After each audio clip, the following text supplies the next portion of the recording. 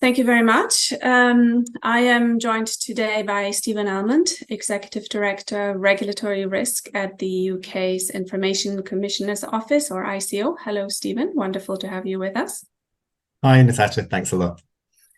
Stephen, your office, together with the UK's Competition and Market Authority, or CMA, has very recently issued a joint position paper on harmful design in digital markets, which looks at models of online choice architecture, or OCA, designed in a way that may move consumers' choices away from what you might consider good consumer choices. You looked at techniques such as, and I find the terminology here endlessly fascinating, but such as nudge and sludge and confirm shaming and bias framing, consent bundling, and also default settings where those could be potentially problematic. And in each case, you have very practical examples for them. Of course, this paper is part of one of the items under the coherence goals of the 23-24 work plan of the UK's Digital Regulators Cooperation Forum, or DRCF. And perhaps as a first question, why has online choice architecture been a specific priority in the ICO-CMA cooperation and within the DRCF? Thanks. Well, look, meaningful user choice and control is foundational, really, for data protection law, for consumer protection law, for competition law. So it's a really strong area of alignment in terms of priority for the ICO as a data protection regulator, and for the Competition and Markets Authority in respect of both their competition and their consumer protection responsibilities. So these bad design practices, whether it's, as you say, kind of harmful nudges, biased framing, bundled consent, and so on, can really undermine user choice and control, and often lead to people sharing more of their personal information often than they would like to. In turn, that can infringe all of those laws that I've mentioned in terms of data protection, consumer protection, competition law, as people lose control over their information, or firms gather more data than their compliant competitors can. And so we're really determined to work hand in hand with the Competition and Markets Authority on this issue to make sure that we're really improving outcomes for people across the economy.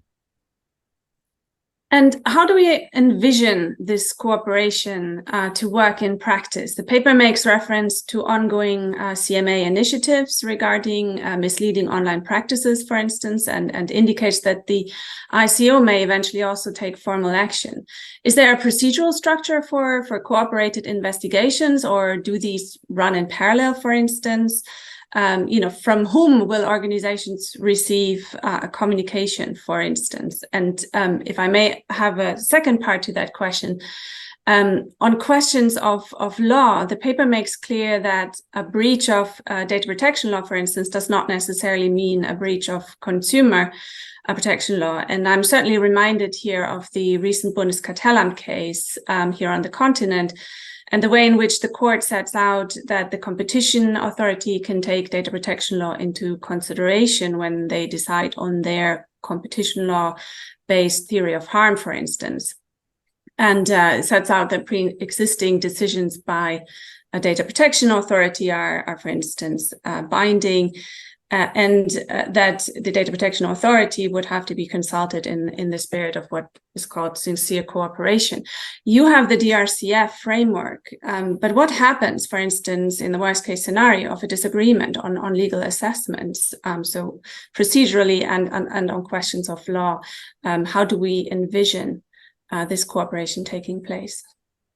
Certainly. So, well, let me start. I think the first thing to say is we start from really strong foundations here. So the ICO and CMA, in addition to our sort of broader cooperation through the Digital Regulation Cooperation Forum, actually bilaterally, we have a memorandum of understanding.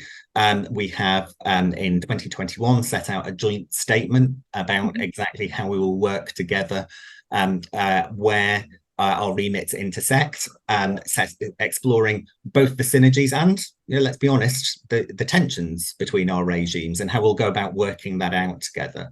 And that includes very close dialogue and cooperation.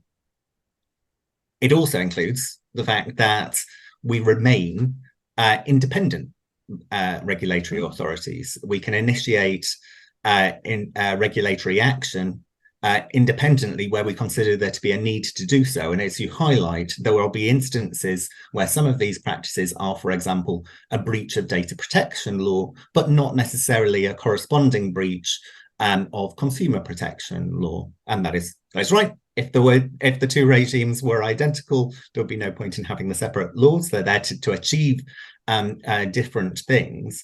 But actually, it means that each regulator has that sort of power of initiation, I suppose, where they're seeing harms that arise from practices that relate to their own remit. We'll continue to work really closely, as we have in this paper, with our counterparts at the Competition and Markets Authority.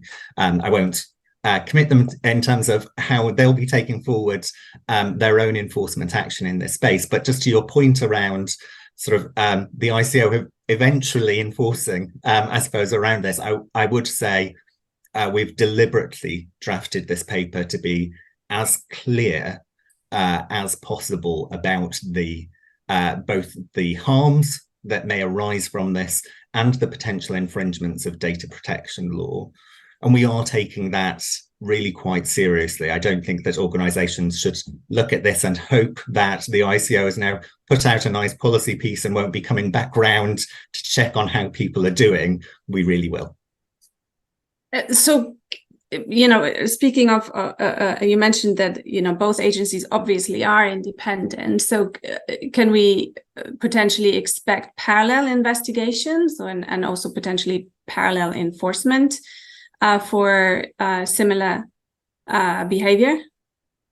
So you can expect close coordination between us as authorities as far as the information sharing provisions and gateways that exist within the law permit. Equally, as you highlight, there are going to be some areas where something is very clear cut, and I think we try to make this as clear and obvious in the paper, that are a breach of one legal regime, but may not necessarily be in another.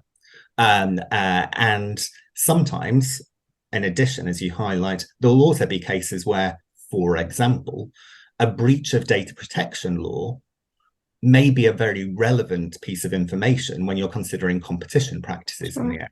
So if you have a breach of data protection law that is leading to a firm gathering more data than its competitors can, in a way that is giving itself a particularly strong market position, well, of course, that will be something I'm sure that our competition colleagues will be very interested in. Yeah, I think the fact that you are cooperating within the DRCF and you have, this memorandum of understanding, as you mentioned earlier, is certainly going to be helpful toward some legal certainty also for the organizations you're both overseeing and a coherent approach there. I want to move to something else because the paper cites in many places the outcome of the ICO public awareness study from 2022, where you conducted interviews with just over 2,000 adults of varying ages and backgrounds. And I found the results quite interesting. For one, the demographic of those who seem to be most aware of their data protection rights seem to track that of the results of a similar CNIL study recently. It was mainly male of higher education background. But then the survey also shows, and that's maybe unsurprising, that about 90% of those surveyed are between slightly and very concerned whether their data is used without their permission, and just over 70% are between slightly and very concerned about data being used to influence their behavior, as the question is phrased. But then at the same time, and I found that interesting, 58% are between very happy and I don't mind, when it comes to personalizing their experience when using a service, and about 45% between very happy and I don't mind when it comes to having adverts suggested to them. And only slightly more than 50% declined cookies in the last 12 months, and 37% decided not to use a service that asked for personal information. And there's a lot of numbers to throw out there, but I just found it interesting that there was a concern by an overwhelming majority over how their data is used. But then there seems to be, almost half are very happy to, for instance, receive personalized content and also adverts. And so what I'm trying to say is that this is a wide field and probably needs more in-depth research, and we can all relate to the cookie results. And of course, the Commission is engaged in an initiative to come up with a way for a more meaningful interaction to empower consumers when it comes to making choices as to how their data is used. And CIPL is part of those working groups, is working toward a voluntary pledge there. But when we consider that the goal of the discussion paper and the coordinated work of the CMA and ICO is to ensure that OCA aligns with the best interest of the individual, and then we look at these results of the study, there's perhaps a very wide range of what that interest and what the best interest is that needs to be taken into consideration. It's funny you say that. I'm not necessarily sure that I would agree that actually the findings there aren't conclusive, because as you say, 90% of people are concerned about their personal information being used without their permission. So choice design that makes it easy for them to exercise their preferences instead of making it more difficult is really important. And when we're seeing, for example, people saying, by default, for example, they tend to click and accept cookie notices, is that, for example, because they find it quite hard to express their preferences?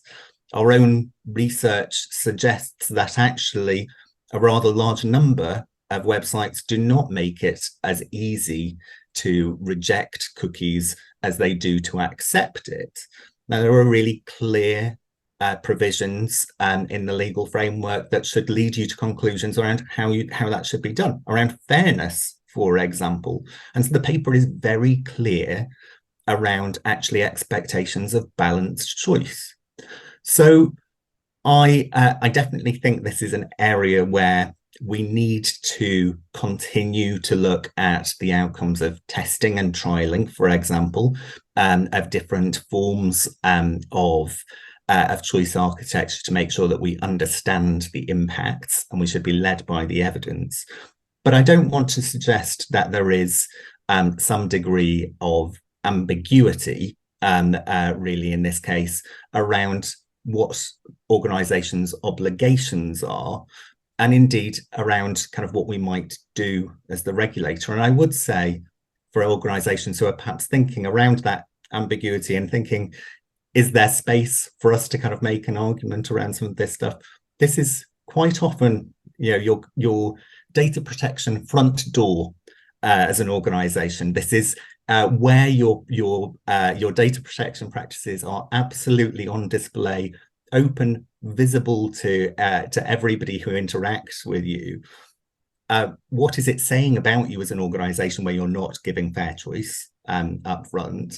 What is it what is it potentially saying to us in terms of a very observable issue that we are able to pick up and perhaps follow on?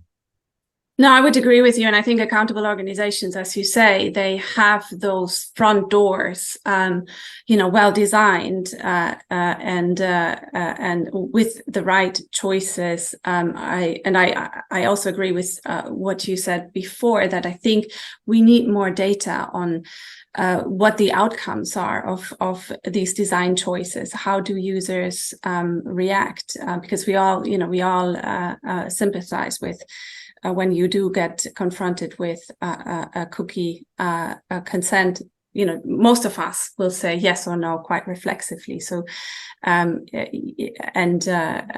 of course there are obligations to make it as easy to say yes as no. But then, if you want to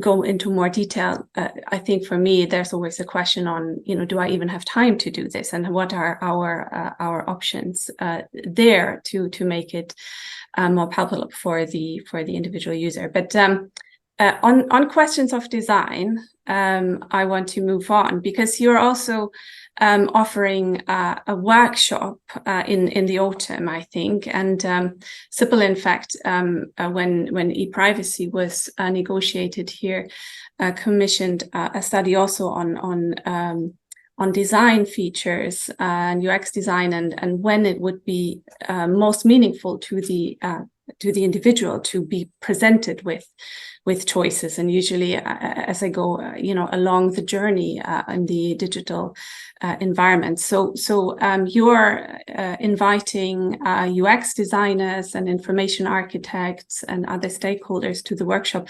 What are you trying to achieve? What are your goals for this workshop? Thanks. Well, look, I'd say there's three things that we're looking to get out of this workshop, and there's one thing that we're probably not looking to do.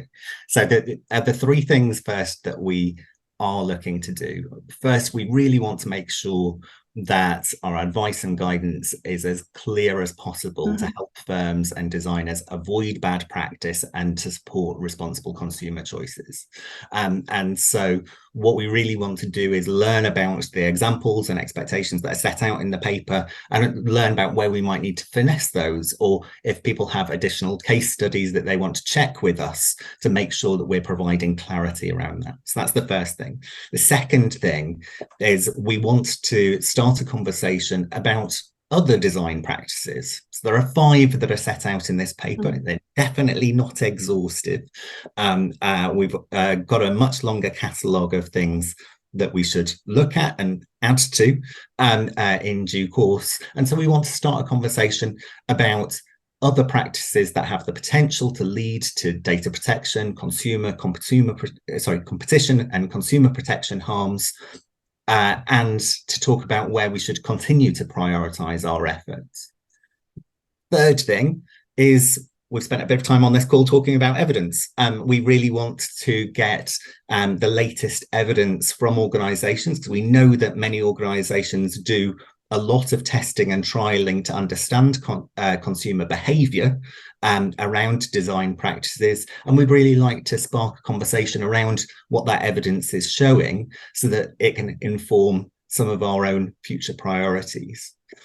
The thing that we're probably not looking to discuss so much at this point is some of the fundamentals around what the law says.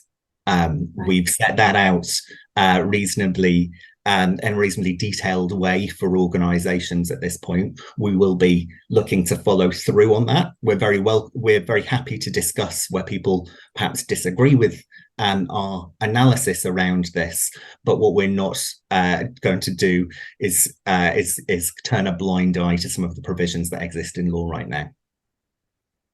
Thank you very much for that, Stephen. And I expect there will be a takeaway or a paper that will come out to inform the rest of us of the workshop's results. Thank you. We will be continually looking to see how we can update this paper or provide future guidance around some of the practices to make sure that we're continually providing the market with clarity. We've got some really nice feedback from designers in particular around this paper, around how we've tried to make it accessible and clear around how the law relates to some of the design choices that perhaps they didn't even realize they were making.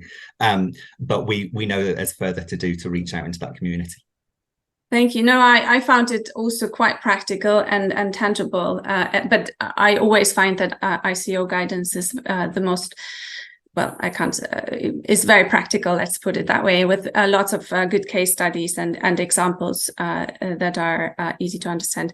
Thank you so much, Stephen, for your time today, and I look forward to talking to you again soon. Thank you very much.